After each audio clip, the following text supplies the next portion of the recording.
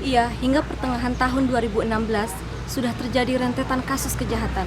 Kasus-kasus tersebut semakin sadis dan ekstrim. Aksi kejahatan ataupun kriminalitas itu sudah tidak memandang lagi kalangan ekonomi ataupun pendidikan. Sehingga siapapun dapat menjadi korban ataupun pelaku tanpa ada yang bisa menduga. Seperti pada kasus pembunuhan seorang dosen oleh mahasiswa Universitas Muhammadiyah Sumatera Utara, Medan, yang bertepatan pada Hari Pendidikan Nasional 2 Mei 2016.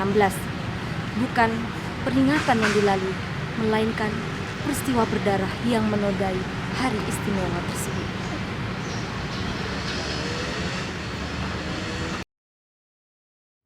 Peristiwa ini terjadi pada Senin 2 Mei 2016 sekitar pukul 15 WIB di Universitas Muhammadiyah Sumatera Utara. Pelaku bernama Roymando Siregar, seorang mahasiswa dari Fakultas Keguruan dan Ilmu Pendidikan, dengan tega membunuh sang dosen yang juga mantan dekan FKIP, yaitu Nur Ain Lubis, hingga tewas di kamar mandi kampus. Roy diketahui menguntit aktivitas korban dan kala itu korban didapati tengah pergi menuju kamar mandi. Tidak lama, Roy yang menunggu di depan kamar mandi langsung menikam ke arah leher korban dengan pisau. Korban berteriak dan sempat menangkis, namun sia-sia dan tikaman mendarat hingga 10 kali di bagian leher dan tangan korban. Setelahnya, pelaku langsung melarikan diri dan bersembunyi di toilet kampus Fakultas Ekonomi. Tidak lama, ratusan mahasiswa langsung mengepung tempat tersebut, hingga terjadi aksi ricuh dan perlawanan atas kedatangan pihak polisi yang tidak diinginkan oleh para mahasiswa. Hasil penelusuran, pelaku mengaku bahwa aksinya ini dipicu oleh rasa dendam terhadap sang dosen karena kerap memarahinya. Ketidakseriusan pelaku membuat pelaku sering dimarahi korban sampai-sampai diancam tidak akan diluluskan nilai mata kuliahnya. Tidak lama dengan hal ini, pelaku pun nekat membunuh korban. Atas aksinya ini, pelaku dijerat dengan pasal 340 subsidiar 338 KUHP, pidana tentang sengaja dan berencana menghilangkan nyawa orang lain. Tersangka terancam hukuman mati atau seumur hidup penjara. Sementara itu, pihak UMSU memutuskan untuk mendeo pelaku.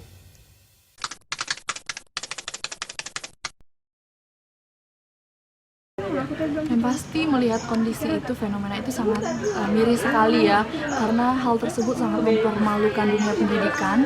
Karena kita ketahui bahwa di dunia pendidikan itu kan kita adalah mahasiswa, itu adalah kaum intelektual, tapi kenapa terjadi fenomena seperti itu? Berlebihan aja gitu loh. Masalahnya kalau sampai membunuh gitu kan nggak mesti sampai kayak gitu. Sebenarnya kan dosen itu kayak gitu juga kan mengarahkan kita juga. Nggak mesti sebenarnya sampai ke pembunuhan kayak gitu.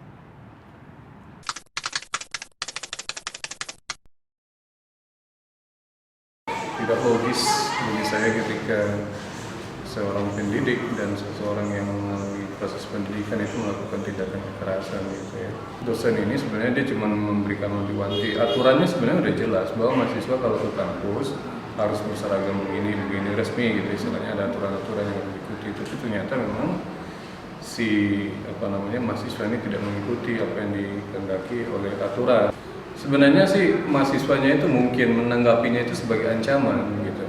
Sebenarnya kalau dia menanggapinya itu sebagai hal untuk membangkitkan dia mau berusaha lebih baik, itu bisa jadi sesuatu yang penyemangat sebenarnya.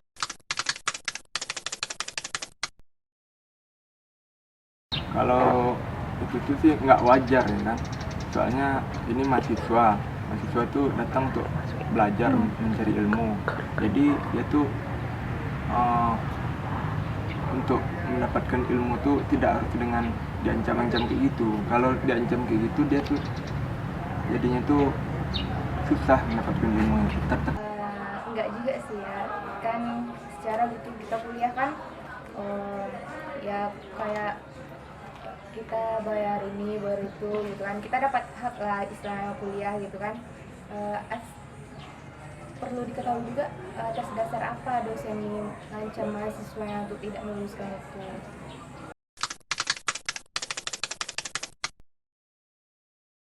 Kita sendiri ibaratnya kita sebagai seorang pelajar ya, haruslah menghargai guru kita. Seburuk apapun perkataannya terhadap kita, pasti tujuannya baik, seperti itu. Jadi mahasiswa harusnya introspeksi terhadap sikap ayakah, tindak tanduk diakah, seperti itu.